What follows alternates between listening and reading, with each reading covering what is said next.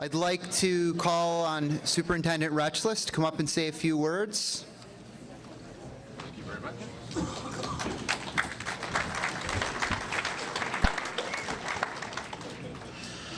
Good evening. This is always an evening I look forward to because it's such a wonderful juxtaposition of the Academic Hall of Fame and the Underclassmen Awards. With the Hall of Fame, the students get to see what former students of Rockland Public Schools have achieved with their lives, and it's always inspirational. And for me, when the student awards begin, it's always exciting and interesting to know that in the room is next year's valedictorian and probably the valedictorian for the years after that. In the room is the next Rockland Public School student to go to Harvard, the next student to go to MIT, the next student to go to any number of great universities. And I've been here long enough now that I can recognize some names from elementary awards. I can recognize some names from middle school honors assemblies. So it's really kind of neat to see students that I've presented to before now at the high school level and continuing their careers. So congratulations to all of the students who are getting awards, and also congratulations to the members of the Academic Hall of Fame. Thank you.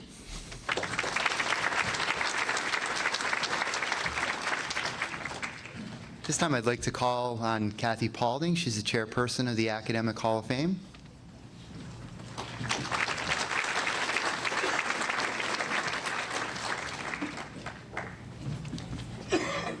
As Superintendent Rechless alluded to, this is a great evening because we get to honor some of our former graduates who have gone on to do wonderful things. If we could honor everybody who went on to do wonderful things, the place would be packed.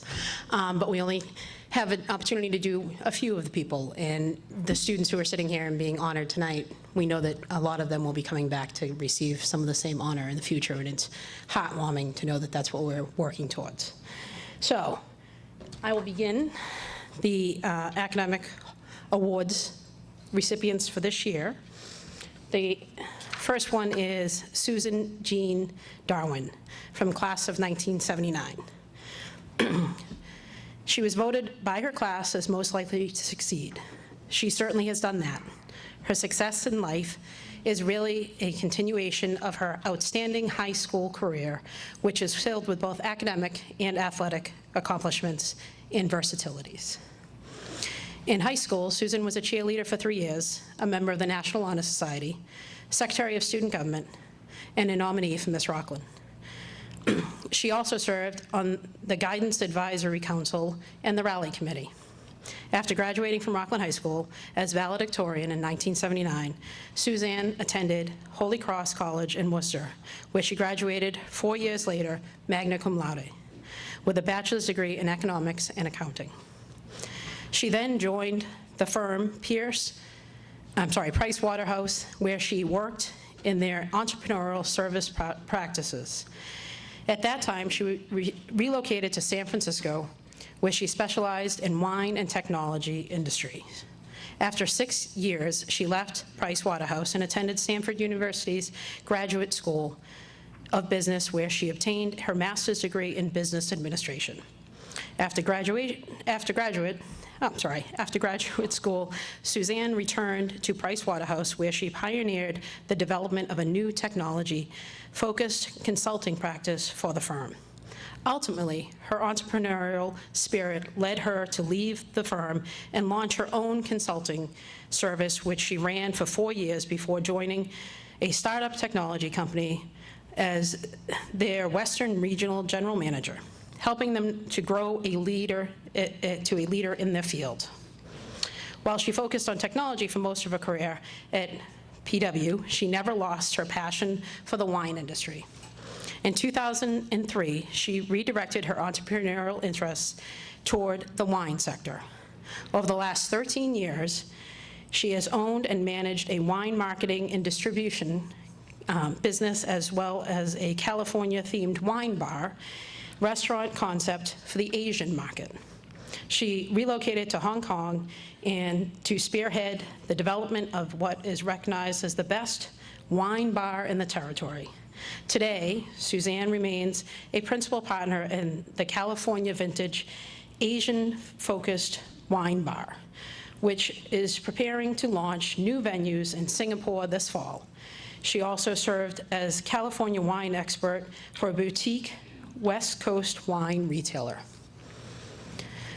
Suzanne Jean Darwin, for all your accomplishments, past, present, and future, we are proud and honored to induct you into the Rockland High School Hall of Fame. Ladies and gentlemen, Susan Darwin.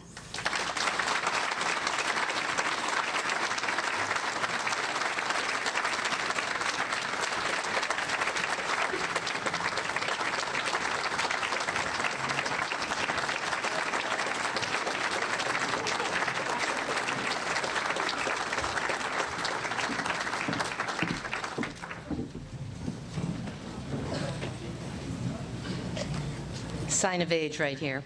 Glasses have to go on. I am truly touched to receive this recognition and return to my roots after so many years away in order to pay tribute to an institution that has proven critical to my rich and fulfilling journey ever since. It was just about 37 years ago when I stood in front of a similar audience to give the valedictorian address for the Rockland High School class of 1979. In that speech, I recall proclaiming how the world lay ahead of us, but that life's train was not going to slow down to allow us on board at a leisurely pace. Rather, we needed to scramble on as it moved at full speed. Little did I know then that beyond the pace of the train would be its unpredictable path of travel. Never would I have expected that my own journey would take me to a career in consulting, technology, and the wine industry, to roles in finance, strategy, operations, and marketing, and to travel and residency throughout the world, including as far away as Hong Kong. Growing up in Rockland, our family faced many challenges, as I'm sure many of yours have. When my mother was barely 30 years old, our father was tragically killed in a car accident, leaving her alone to raise 6 children, aged 1 to 8. To this day, I cannot fathom how she could hold it all together, keeping us fed, sheltered, and miraculously motivated to work hard and be good people. While we very much lived hand to mouth, we never felt poor nor despondent. She truly was a miracle worker. Of course, we did have an external support system, including our loving maternal grandparents and the Catholic Church. However, during those most critical teen years, when there are so many temptations and opportunities to stray away from the straight and narrow, there was no more important source of motivation and inspiration than Rockland High School. While there, my siblings and I were given the skills, tools, and encouragement to do our best and be our best, and to aim beyond what our life experience to date had taught us to expect. That's not to say that we were perfect little angels. My mother will tell you otherwise. But we ultimately were motivated to keep on improving, and to this day, that remains the case. Today, I am thrilled that my amazing mother is here, along with 2 of my siblings, Donald and Denise, from the classes of 76 and 77, respectively. We are also joined by my virtual other brother, Denise's husband, John, and the love of my life, Haim Kumar, who traveled cross-country with me just to share in this honor. And while I am the one being recognized, I can tell you that it is my siblings, Donald and Denise, as well as Anne, David, and Janine, who could not join us this evening, whom I truly admire. Each of them has risen above our humble and adverse beginnings to not only have successful careers, but also to build beautiful families and raise a next generation of the Darwin gene pool that are going to make their marks on the planet. So the bottom line is that, as with us, each of you has been born with a unique set of gifts and talents, as well as challenges to overcome. And with the foundation of support you have been provided by your family, friends, and this great academic institution, You will be armed to go out and embark on your unique train ride, wherever that may take you. You cannot possibly imagine the opportunities, adventures, and accomplishments that lay ahead of you, but you are the one who must make it happen by having drive and direction, but also being open to new experiences, not being attached to specific outcomes, and on occasion, to be willing to fall off a cliff. And when you experience failure, which you will, you need to pick yourself up, brush yourself off, and start again. You'll be all the better for it, and so will the world. For those of you, and I just saw this movie on my flight out here, for those of you who have seen the movie The Martian, Matt Damon's character, Mark Watney, is an inspirational role model to look to for guidance in overcoming adversity and achieving greatness. For those of you who haven't, go see that movie. It will prove to you that with determination and purpose, nothing is beyond hope. Thanks so much.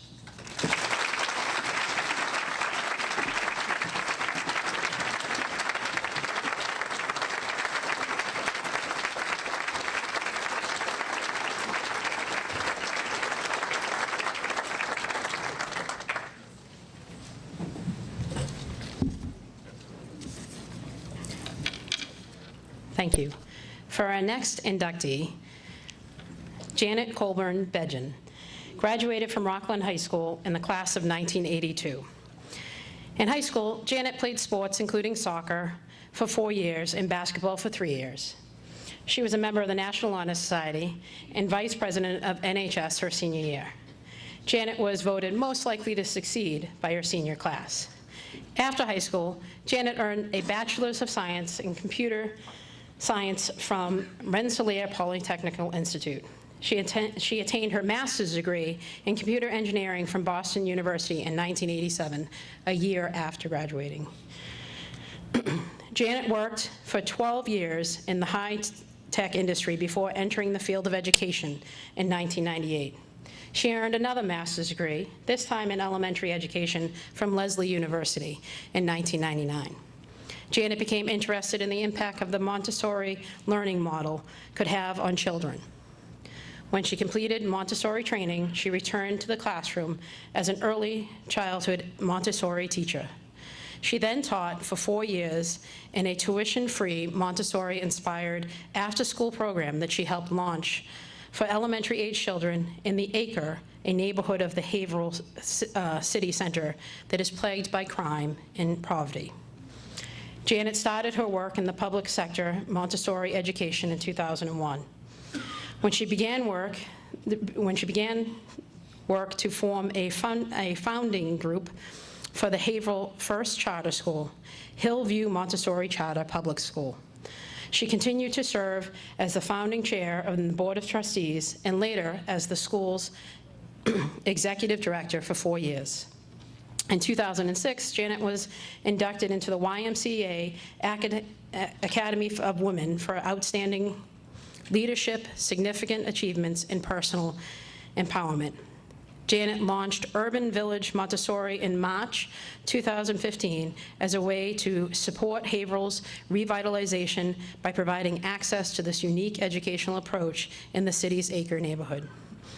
Janet is currently involved in the community as an active member of the Haverhill Kiwanis Club. She is also secretary of Team Haverhill, an organization dedicated to making the city a better place to live, learn, work, and play. In her work with Team Haverhill, Janet is collaborating with neighbors to help ensure the playground in a high-crime area, high-poverty Acre neighborhood is a positive place for members of the community. In all, Janet has combined her knowledge and skills in technology, business with a strong passion to serve the community. Her desire to work and give back to her community is exemplary and has been her lifelong passion. Janet Kolber and Beggin, for all your accomplishments, past, present, and future, we are proud and honored to introduce you into the Rockland High School Hall of Fame. Ladies and gentlemen, May I present Janet Colburn Beggin?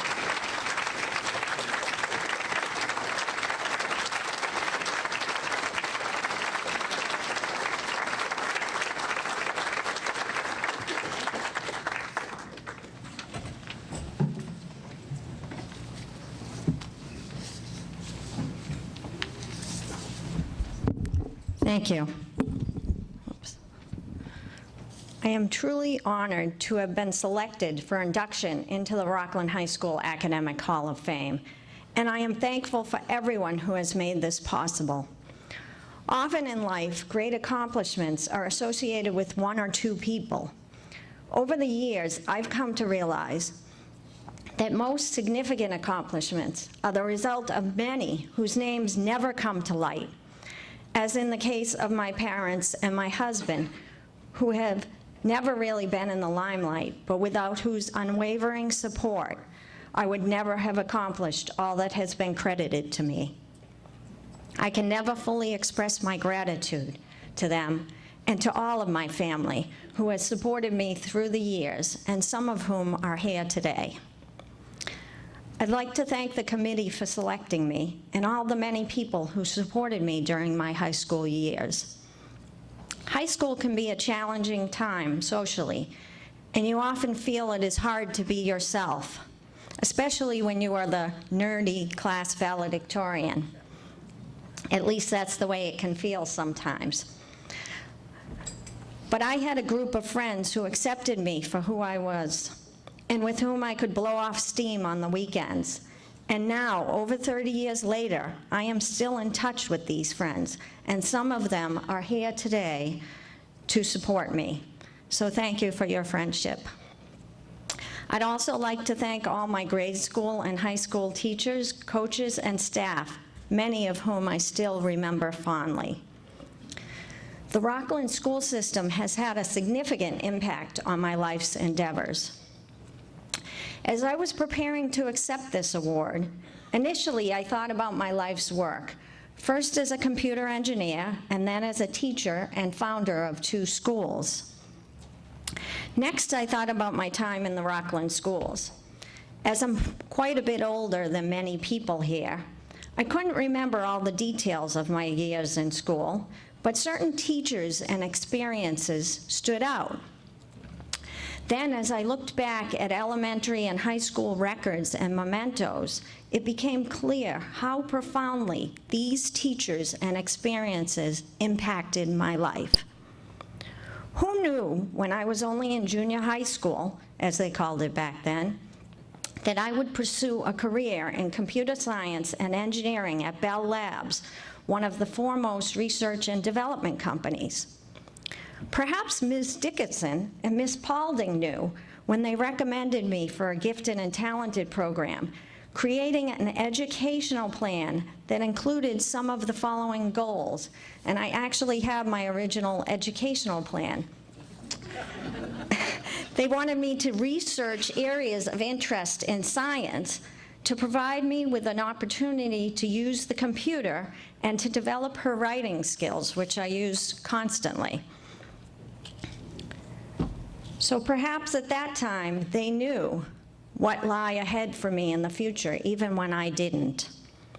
What started in middle school continued in high school, with many advanced math and science classes and a basic programming class that, according to a college essay I wrote, provoked my interest in pursuing a career in this field. Today, using a computer is pretty commonplace. But back when we were in high school, it was cutting edge, and I was fortunate to be in a high school that offered programming. The teachers and administrators in the Rockland schools took an interest in me as an individual, nurtured my interests and aptitudes that would later turn into a 10-plus year career in engineering. For the past 15 years, my work has focused on education, first starting and overseeing a K-8 Montessori charter school, and then starting, administering, and teaching in a Montessori preschool. Some people ask, why would I leave a high-paying engineering job to enter the field of education? It's because I have learned the power of education, starting with my schooling in Rockland. During my time in Rockland schools, I had many teachers, coaches, and administrators who went out of their way to encourage me to do my best and to nurture my love of learning, my team spirit, and my understanding that part of my responsibility is to the community in which I live and work. The example and personal sacrifice of my teachers led me to a career in education. In closing, I want to say how honored I am to help celebrate the accomplishments of all the Rockland High students gathered here today. You are our future, and your education is an important part of your development. Like me, you may not realize as a high school student how your current experiences relate to your future. But I encourage you to take advantage of your high school years and education. And perhaps 30 years from now, you will look back and see the important impact your years in the Rockland schools have had on your life. Thank you.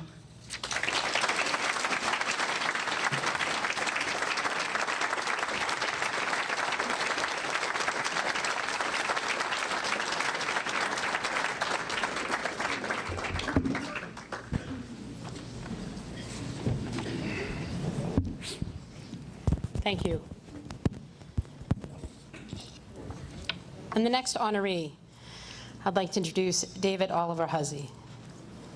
A lifelong resident of Rockland, in 1984, David graduated, and he was active throughout high school in several groups, including WRPS TV studio and radio station. He ran cross-country briefly and was very involved in the drama department.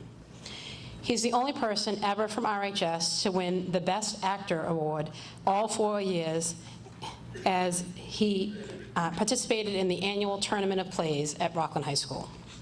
In 1982, he was instrumental in reviving the Rockland High School newspaper, The Veritas. He was voted most sophisticated by the senior class. David's father, Donald Huzi, was a lifelong resident who served the town and his country, and the Navy during World War II, and as a police officer for 25 years. His mom, Patricia, was a housewife and mother of 4, who was regularly involved in all of her son's activities. His brother, Don, recently retired as lieutenant of the Rockland Fire Department. His brother, John, is a talented percussionist who works in construction, and his brother, Bob, who passed away a little over a year ago, was the foreman of the Rockland Water Department for more than 40 years. The Huzis are certainly townies.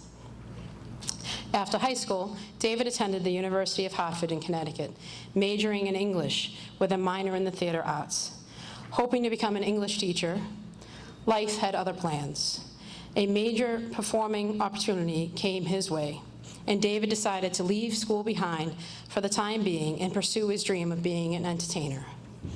At the same time, following years of people butchering the pronunciation of his last name, Huzi, Jose, Huzi, and so on, he adopted a new last name, Oliver, as a stage name, which also happened to be his father's middle name. David Oliver was born. David has been on stage since the age of 6, in plays, musicals, as a ventriloquist, juggler, dancer, comedian, and magician. The first magician he ever saw was Bob Magoon. Yes, of the Magoon-Biggins Funeral Home. Mr. Magoon was a part-time magician and took David under his wing. In June of 2013, after several years of declining health due to a rare lung disease caused by performing with birds in his show, David Oliver had to stop performing. His lungs were failing, and he was put on oxygen therapy for 3 years. On June 28th, in 2013, after 6 weeks on life support, David underwent a massive surgery to have both lungs replaced in a grueling 16-hour double lung transplant surgery at Mass General Hospital in Boston. The doctors said even if he did survive the operation, he would more than likely never walk, talk, or perform ever again. However, if you know David, you know he wasn't going to be down without a fight. 5 more months of recuperation, rehabilitation, and recovery in the hospital, followed by 2 years of home recuperation, have given David a second chance at life. Today, David Oliver is a master of presenting classic magic in a contemporary and humorous manner. You may have seen David in one of his many TV appearances. For 19 years, David Oliver has been a producer of and featured in Boston's only magic and comedy show, The Mystery Lounge. And for the past 18 years, David Oliver has been the most requested guest performing on Broadway's longest-running magic show, Monday Night Magic, in New York City. Performing magic has taken David around the globe to such places as Las Vegas, Japan, Germany, Mexico, Canada, and the Caribbean. He has performed in 48 states and even headlined at the famous Hollywood landmark, the Magic Castle. David is also a foremost teacher of the arts of magic in the country, having mentored over 3,000 students in magic and its allied arts. Even though he left college while studying to become a teacher, he still became a teacher, teaching his kids about his passion for magic. David Oliver Huzi, for all your accomplishments, past, present, and future, we are proud and honored to induct you into Rockland High School's Hall of Fame. Ladies and gentlemen, may I present David Oliver Huzi.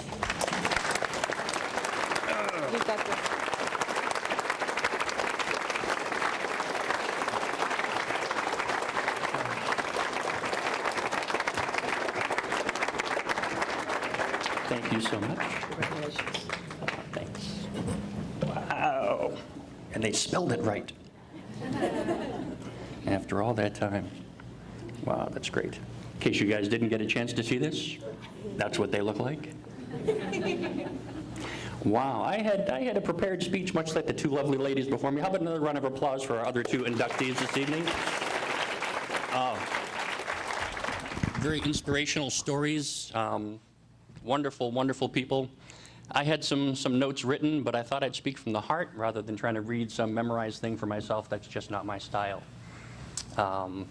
First of all, thank you to the committee and everyone who thought of recognizing me today. I got a letter in the mail a few months ago. Return address said Rockland High School, and I went, uh-oh. Last time I got a letter like that, I believe it came from our former principal, Mr. Scott McKinley, and it was not a good sign. But it ended up being a good time. This is such an honor. I am so thrilled to be here. I am humbled to be here. I was not the best of academic students at Rockland High. My records will prove that. I'd say I was a pretty good B student. I'd be there, and that was about it. But to me, my time at Rockland High, my time in the Rockland school system was not about grades. Yeah, they were important. They helped get me into college. But Rockland was more than that. Not just the high school, but the town itself. You've heard the phrase, it takes a village. Rockland was that village for me. The town of Rockland and the people in the Rockland school system especially were the people in the village that helped to raise me. They took me under their wing.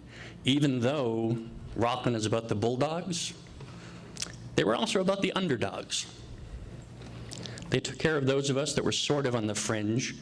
I never thought I was popular, especially when I got beat up by the football team. But everybody was there to help. Everybody was there to support you. The teachers, most of whom I'm still friends with today. In fact, I think I have more friends that were faculty members of the school than I did kids my own age at the time. That's changed over the years, and we've all become friends, but it's good to look back. It's good to look and think of the influence that these fine human beings have had on my siblings and I, on my neighbors, my family, my friends. They were all my family. And these teachers raised us to be good people. Yes, they taught us math and computers and science and English and sports, but they never taught us what to think. They did teach us how to think. And I think that was the most important lesson I ever got from my time at Rockland High. Now, there have been some wonderful memories that have kept me going over the years when I look back at Rockland, and I've been a townie forever, up until 3 years ago when I had the lung surgery, and I had to move out of Rockland to a smaller apartment over in Weymouth. But I still call myself a townie. My whole family grew up in Rockland. My dad was born on a kitchen table on Reed Street. You don't get much more townie than that. And he and my mom met, and they raised 4 boys in the town, and we all went in different directions. It was a little strange for me when I entered the high school, and Mr. Sangster was a gym teacher at the time, and my 3 older brothers had all been on the football team. Then I showed up. He's like, "All right, Huz, here we go." I went to the first practice, and that was the last practice. He's, "All right, Huz, there you go." That was it. But again, they all understood and they all embraced that I was different from my brothers. And they all took the opportunity, and by they all, I mean all of the faculty, even teachers I didn't have knew who I was. And everybody had something to offer. Everyone wanted to be part of your life. And all of them have become part of my life. And they've all instilled in me various life lessons that have helped me to deal with the unfathomable. You just heard I had, actually in a week and a half, it'll be 3 years since I had both of my lungs replaced. And they did give me less than 2 days to live at one point. The following day, which happened to be my mother's birthday, and she's been gone for 10 years now, but that following day on her birthday is when my new lungs came in. The next day I had the surgery. And I started getting letters and cards and notes from people around the world in the entertainment industry. I've been very fortunate in my life to travel the world. But a lot of those cards and letters came from faculty members of Rockland High School. 32 years later since I left them behind. They still remembered, they still cared. And they care about all of you too. I guarantee that. I will share one quick story for you, then I've got something special for you. Again, Mr. McKinley's here, who was the principal at the time when I was in school. A man who frightened the hell out of all of us. Still to this day. Look, he's pointing at me again. I don't know what that means, but I'm in trouble. All I know, and I don't know if you remember this, but at my graduation in 1984, and I'm sure they still do this at the graduations now, a list is read, either by the principal or vice principal at the time, of students, and when your name is called, you stand up, and they say where you get a scholarship from or a grant from, and I didn't get anything. I think I got a $1,000 grant from some organization, and I was going to the University of Hartford. Mr. McKinley was reading the list, and I don't believe you had your glasses that day. You had a little trouble with some of the names and some of the things, but you were forging ahead, as you always did, and he got to my name, and it was David Huzi, a $100,000 grant to the University of Harvard. I'm in tears. My parents are in tears. My buddies next to me go, "Dude, we didn't know." I'm like, "I didn't either."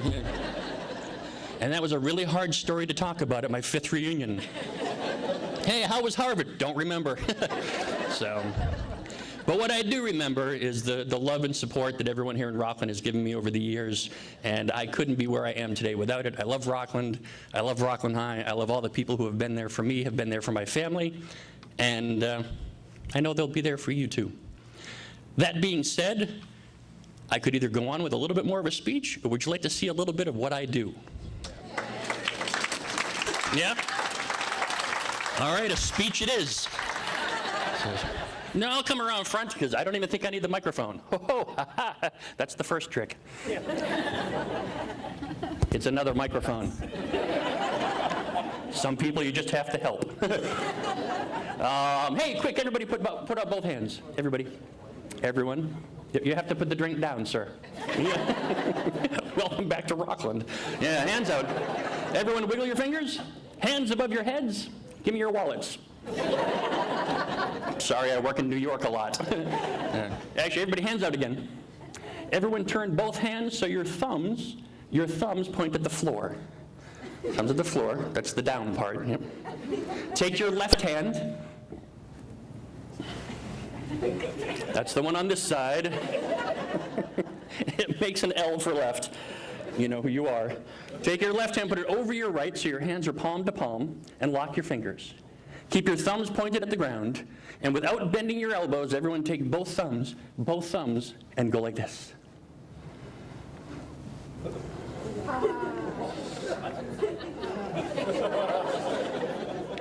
Oh, sure, this magic stuff isn't so easy after all, is it? Well, give yourselves a hand for trying that. Nice. I want to try just a quick little thing. Is there anybody here who has a $1,000 bill? Mr. Sangster? No. He's got $100, $50 bill, $20. Come on, it's for the children. Who's got some cash? If you got a bill, take it out. Who's got a bill? Take it out. Hold it up. Hold it up. What do you got? Someone's looking over here. Someone's looking there. Good. Somebody else is over there. What do you got? What do you got? What do you got? Nothing. What do you got? A 20. Well, it is Rockland. Okay. Well. I'm going back to engineering. Oh, excellent. And your first name? Jen. I'm sorry? Jen. That rhymes with sucker. Excellent. Great. Here we go. No, I'm kidding. Thank you, Jen, very much for the loan. As you heard, I was about 6 years old when I started doing magic, and the first magician I ever did see was Bob Magoon from the funeral home. He used to do magic. Yeah, abracadabra, you're a cadaver, you know. Hocus chocus, you know, that's what the guy did. He made everybody disappear. It's just what he did. I'm not lying, that was the guy's job. And in fact, he came to my kindergarten and performed because I went to school with his son, Stephen. And I went home and told my mom, we saw Bob Magoon, the magician, today. She said, no, he's a mortician. I said, no, he's a magician. She went, no, mortician. We argued. She put me in the corner, gave me a timeout, the whole deal. She called Bob's wife, Barbara, and said, would you tell David the difference between a magician and a mortician? He thinks Bob's a magician. And Barbara said, he is, Pat, and he did a show at the school today. My mother took me out to Dairy Queen, and all was well after that. Well, that being said, I also saw a magician on TV named Mark Wilson, and Mr. Wilson used to do this big illusion show, and he used to do things with tigers and lions, and he made his wife disappear. And that's when I said, I want to be a magician, because I want to grow up and I want to do that. And I did. And she made the house disappear. Long story. True thing. But anyway, Mr. Wilson would do these big illusions, and at the end of the show, he would teach the kids at home how to do their very own magic trick. So using Jen's $20 bill. Going to show you the first trick I ever learned. Everyone keep your eye on the big picture on the front of the bill if you can. I'll move around so everybody gets to see it. The big picture of Barbara Bush. Right there. Or Lady Gaga. I can't tell them apart these days. Remember Barbara Bush? Yeah, first she was the president's wife, then she was the president's mom. Little odd. Okay, keep your eye on the picture. Here we go. Check it out. The magic fold, the magic snap. And look at that. The bill is upside down. Not a good trick. I was 6. Cut a guy some slack. It takes a village. And I was the village idiot. Here we go. Hard part's turning it right side up. I figured this out all by myself when I was 7.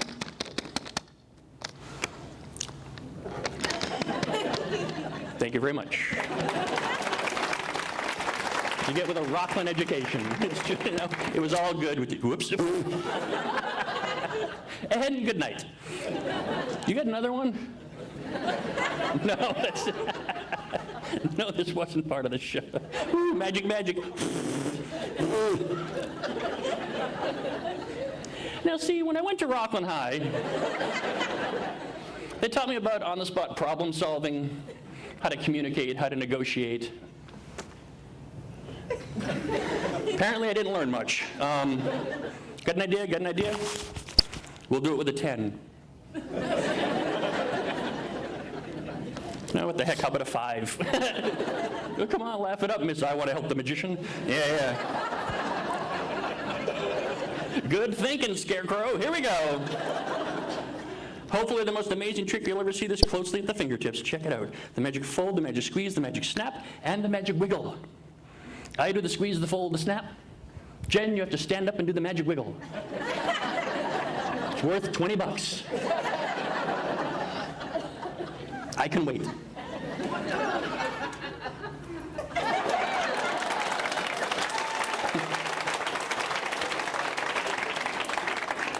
I don't know what the hell that was, but let's take a look at the pieces of your bills that they have in fact gone back together as if, but we'll do it again, hold on. It wasn't part of the show. Magic fold, magic squeeze, magic snap, the magic wiggle. It can happen again. $20. Look at the disappointed children. I've taught here for 5 years. Excuse. Okay.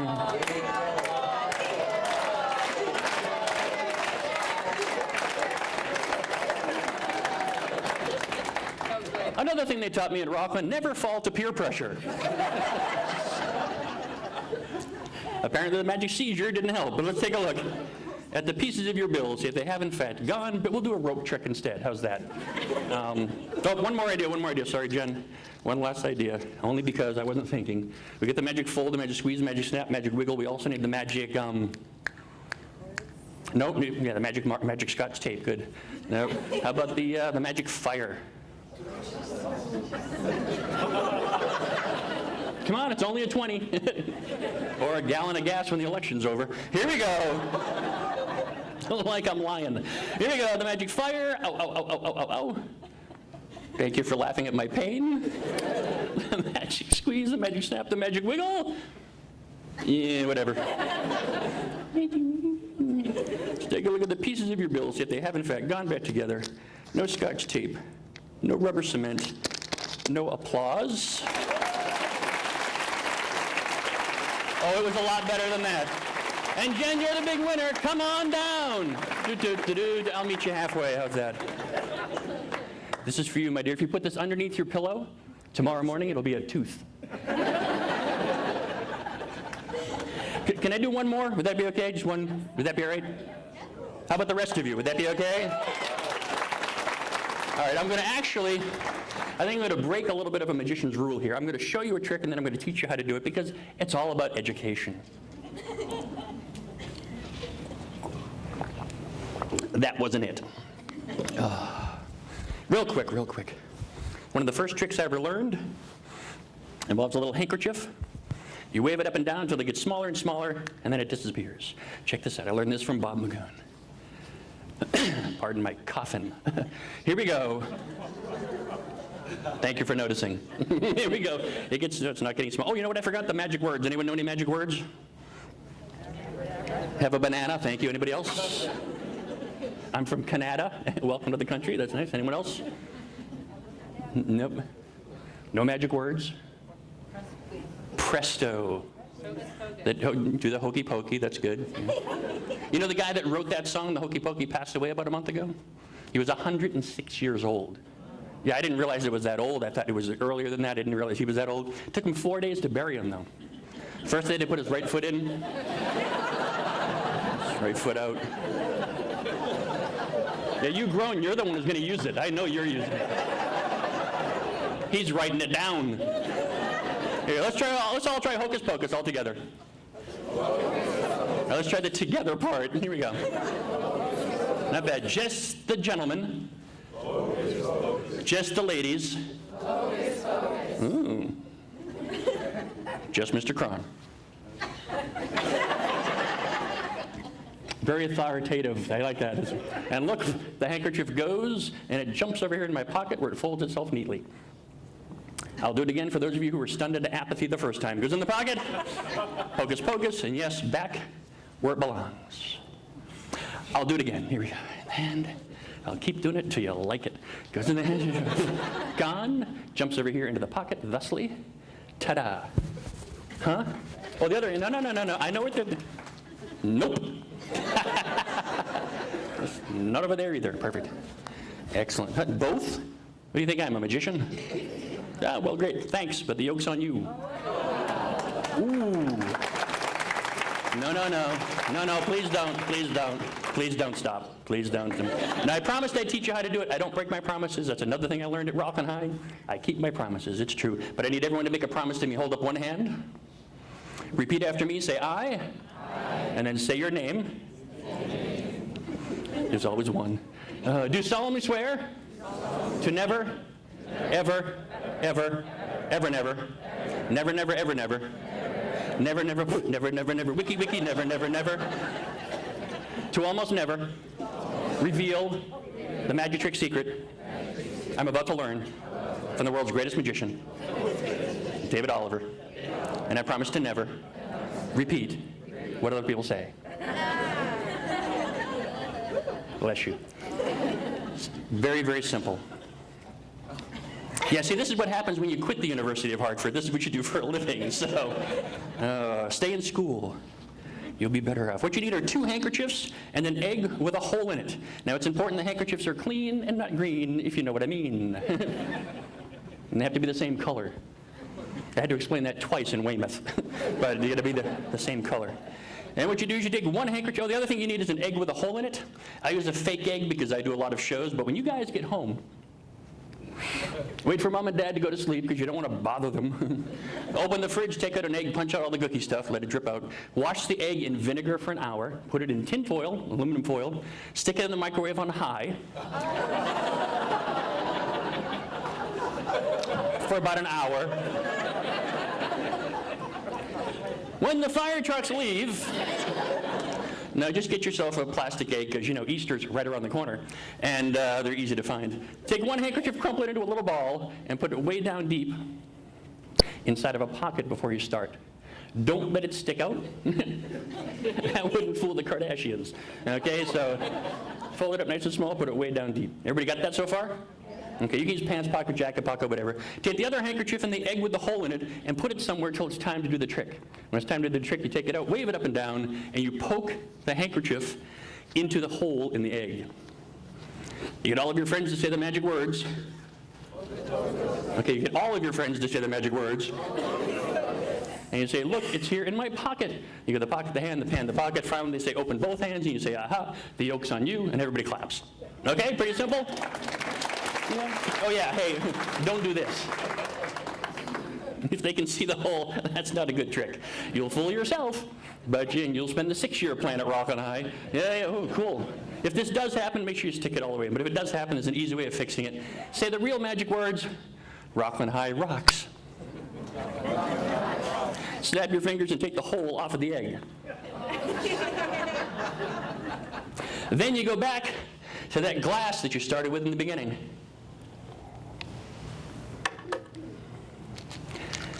And give it a little crack, like that. Thanks so much, everybody. Once again, thank you for the honor. Thank you for letting me share a little bit of what I do. And I kid you not when I say the years that I spent at Rockland High with this wonderful family that we call faculty were the best 4 years of my life. Thank you.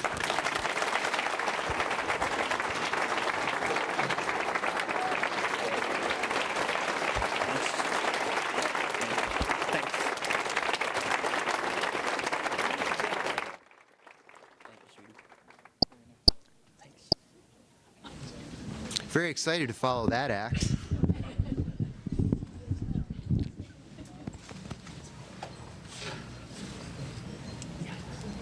I don't need those, you do now. I know.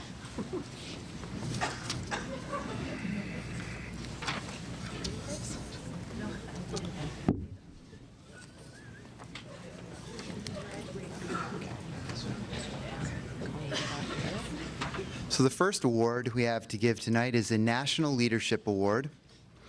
And this is from the American Youth Foundation.